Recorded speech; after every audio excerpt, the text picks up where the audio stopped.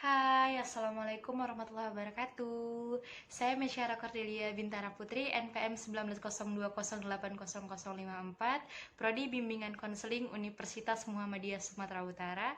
Di sini saya akan sedikit menjelaskan tentang bagaimana cara membuat angket. Jadi silahkan simak videonya, semoga video ini bermanfaat bagi teman-teman sekalian. Dan jangan lupa like, comment, and subscribe. Terima kasih. Nah, jadi sebelum kita membuat angket, ada beberapa tahapan yang harus kita perhatikan ya. Yaitu yang pertama itu kita harus membuat definisi operasional. Yang mana itu definisi operasional ini adalah penjelasan tentang apa yang akan kita bahas. Dimana di sini kita mencari definisi operasional ini dari beberapa referensi atau pendapat para ahli yang dimana kita akan mengoperasionalkannya dari berbagai bahasa atau teori yang bervariasi dari para pakar tersebut menjadi variabel yang akan kita ukur. Jadi dengan kata lain kita harus menyesuaikan variabel pada kondisi yang akan kita ukur gitu. Jadi di sini saya itu karena saya mengukur tentang minat belajar siswa, jadi di sini saya mencari pengertian minat. Kemudian saya mencari pengertian minat belajar. Jadi di sini itu ada penjelasan dan pengertiannya yang kita dapat dari para ahli gitu. Jadi ini tuh tergantung dengan apa yang akan kita ukur ya. Penjelasannya tergantung dengan apa yang akan Anda ukur nantinya gitu. Kemudian setelah kita membuat definisi operasional, kita membuat subvariabel ya. Yang dimana subvariabel ini adalah bagian atau hal-hal dari variabel yang akan kita teliti. Jadi itu sebelum kita meneliti itu kita harus mengetahui apa aja sih yang harus kita buat gitu, apa aja sih yang mau kita cari, apa aja sih yang mau kita ukur gitu. Jadi di sini itu ada faktor internal dan eksternal ya. Ini tergantung ya. Jadi subvariabelnya tergantung dari apa yang Anda ukur gitu. Jadi di sini karena saya mengukur tentang minat belajar siswa, jadi di sini saya itu membuat ada dua faktor ya. Yang pertama itu subvariabelnya itu faktor internal dan faktor eksternal. Kemudian dari definisi operasional dan subvariabel ini saya membuat indikatornya. Jadi indikator ini adalah variabel-variabel yang mengindikasi tentang keadaan yang akan kita bahas gitu. Jadi dari subvariabel ini, faktor internal ini terdiri dari beberapa indikator, yaitu keinginan, perhatian, kegairahan. Kemudian faktor eksternal itu ada pengurus, pelatih atau guru, program pembelajaran, sarana dan prasarana, dan orang tua. Nah, kemudian kita menyusun item atau pernyataan yang menyeru pada angket yang akan kita bahas ya. Jadi di sini tuh kita membuat suatu item atau pernyataan tentang apa yang akan kita ukur. Jadi karena saya mengukur tentang minat belajar siswa terhadap pelajaran fisika, jadi di sini saya buat sedikit contohnya ya. Contohnya ini, saya tahu fisika sulit untuk dimengerti. Nah, ini pernyataan yang negatif. Yang kedua itu ada pernyataan positifnya. Saya menyukai pelajaran fisika karena bermanfaat bagi kehidupan sehari-hari. Jadi di sini kita harus membuat terlebih dahulu definisi operasionalnya, subvariabelnya, indikatornya, dan itemnya agar angket yang akan kita bahas itu bisa dimengerti dan bisa mudah dipahami gitu dengan penjelasan yang telah kita buat ini gitu ya. Selanjutnya barulah kita membuat kisi-kisinya. Nah, ini dia kisi-kisinya ya, bisa dilihat. Di sini itu ada variabel, indikator, keterangan, pernyataan. Di sini ada pernyataan positif dan negatif ya. Kemudian jumlah item, kemudian ada sumbernya juga. Jadi dari mana kita mendapatkan pengertian ini, variabel atau indikatornya itu dari mana kita mendapatkannya, kita harus mencantumkan juga sumbernya ya. Di sini saya jelaskan dulu satu persatu. Di sini itu kan ada variabel ya. Ini variabel. Ini yang dimana tuh variabel ini seperti yang tadi sudah kita bahas ya. Variabel ini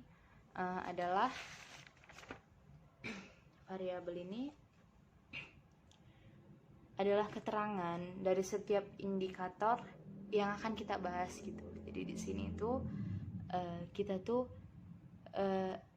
menyusun, bisa dibilang itu kayak kita tuh menyusun himpunan ya. Variabel ini seperti himpunan dari apa yang akan kita bahas gitu. Jadi di sini ada saya membuat ada minat belajar siswa terhadap pembelajaran fisika, interaksi guru dengan siswa, kemudian karakteristik. Kemudian setelah kita membuat variabel, kita membuat indikatornya seperti yang sudah dijelaskan di atas ya. Di sini itu udah kita buat ya tadi indikatornya apa aja. Ini ada keinginan, perhatian, dan kegairahan siswa terhadap pembelajaran fisika yang juga didasari oleh pengurus, guru, program pembelajaran, sarana dan prasarana, serta peran orang tua ya. Kemudian kemampuan guru berinteraksi dengan siswa, itu dari interaksi guru dengan siswa ya. Di sini juga kita harus tahu apa saja sih indikator dari kemampuan guru itu gitu. Jadi kita harus bisa menjelaskan ya bagaimana harusnya guru berinteraksi dengan siswanya gitu ya. Kemudian di karakteristik ada karakteristik pribadi. Jadi di sini kemudian setelah indikator kita membuat keterangan ya. Ini keterangan ini ya sesuai dengan apa dari variabel dan indikator yang telah kita buat gitu ya. Jadi di sini tuh saya membuat ada pendapat siswa tentang pembelajaran fisika, kesan siswa terhadap guru fisika, perasaan siswa selama mengikuti pembelajaran fisika. Kemudian di kemampuan guru berinteraksi dengan siswa ini ada komunikasi verbal dan non verbal ya. Jadi di sini kita harus meneliti bagaimana komunikasi yang baik terhadap siswa ya. Jadi di sini ada komunikasi verbal dan komunikasi non verbal. Kemudian karakteristik pribadi. Jadi di sini itu guru itu harus bersikap adil kepada siswa. Guru bisa menjadi contoh. Guru harus demokratis, religius, dan bersikap terbuka. Kemudian selalu memberi nasihat dan bimbingan kepada siswa, lalu memperhatikan siswa dengan baik dan menghindari tindak kekerasan. Jadi di sini udah cukup ya keterangannya, sama dengan penjelasan sih. Kemudian kita membuat pernyataannya. Jadi lalu kemudian kita membuat pengukuran pernyataannya. Jadi terhadap indikator tersebut dan variabel itu kita harus membuat pernyataan tentang angket yang akan kita bahas. Di sini saya membuat pernyataan positif dan negatif ya. Jadi di sini ada positif, ada pernyataan yang positif, ada pernyataan yang negatif ya. Jadi itu ini tuh angka-angka dari pernyataan-pernyataannya ya. Jadi di sini tuh ada yang positif itu ada nomor 4, 5, 8, 9, dan 10. Yang negatif ada 1, 2, 3, 6, 7 gitu. Jadi begitu juga seterusnya ya sampai ke bawah ini bisa dilihat ya. Kemudian di sini kita membuat jumlah item atau membuat jumlah item pernyataan tersebut ya. Jadi di sini tuh dari pernyataan ini kita membuat jumlahnya gitu. Jadi di sini itu kan ini ada 1, 2, 3, 4, 5, 1, 2, 3, 4, 5 jadinya 10 ya. Jadi 10 item. Jadi ada 10 pertanyaan. Kemudian di yang kedua ada 1, 2, 3, 4, 5, 6, 7, 8, 9, 10, 11, 12. Jadi di sini ada 12 jumlah itemnya. Yang ketiga itu ada 1, 2, 3, 4, 5, 6, 7, 8, 9, 10, 11, 12. Ada 12 juga. Jadi bisa ditotal, jadi semua pernyataan itu ada 34 ya. Ada 34 pernyataan yang akan kita ukur dari siswa gitu. Jadi dari penjelasan ataupun keterangan siswa ya. Jadi nanti kita ada buat angketnya gitu. Jadi secara teliti kita harus bisa mempersiapkan pernyataan-pernyataan yang bisa mendukung pengukuran terhadap angket tersebut gitu. Nah, kemudian kita mencantumkan sumber ya.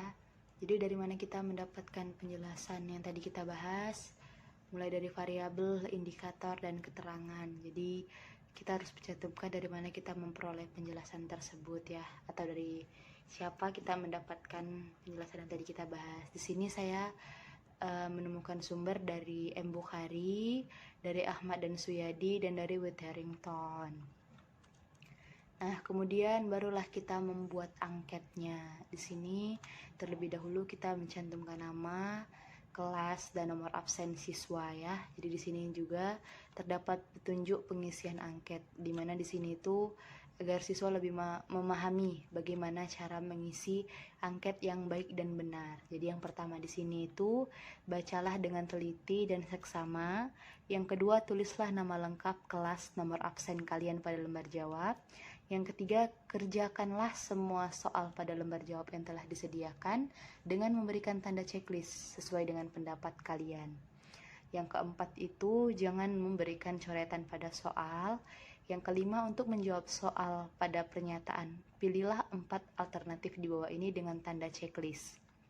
Jadi di sini itu saya membuat yang pertama itu ada SL selalu, ada SR sering, ada KD kadang-kadang, dan ada tidak pernah TP ya. Jadi di sini tuh ada alternatifnya ya. Jadi di sini tuh bebas, nanti ada yang bisa buat ya atau tidak gitu. Cuma di sini saya menggunakan metode ini atau alternatif ini gitu ya. Kemudian yang keenam, untuk menjawab soal pada pernyataan di bawah ini, pilihlah alternatif dengan menggunakan tanda checklist. Jadi, nah ini dia bentuk pernyataan angketnya. Di sini yang pertama itu contohnya, fisika sulit bagi saya karena terlalu banyak rumus dan berhitung. Jadi di sini itu siswa bisa menceklis salah satu ya dari pilihan tersebut, dari alternatif tersebut. Ada SL atau selalu, ada SR atau sering, ada KD atau kadang-kadang, ada TP atau tidak pernah. Jadi di sini siswa bisa menceklis ya. Di sini ada 34 item pernyataan yang bisa diisi oleh siswa. Nah, sekian penjelasan dari saya. Terima kasih. Baik, itulah penjelasan singkat saya tentang tata cara pembuatan angket. Semoga video ini bermanfaat bagi teman-teman sekalian. Lebih dan kurangnya saya mohon maaf. Kepada Allah saya mohon ampun.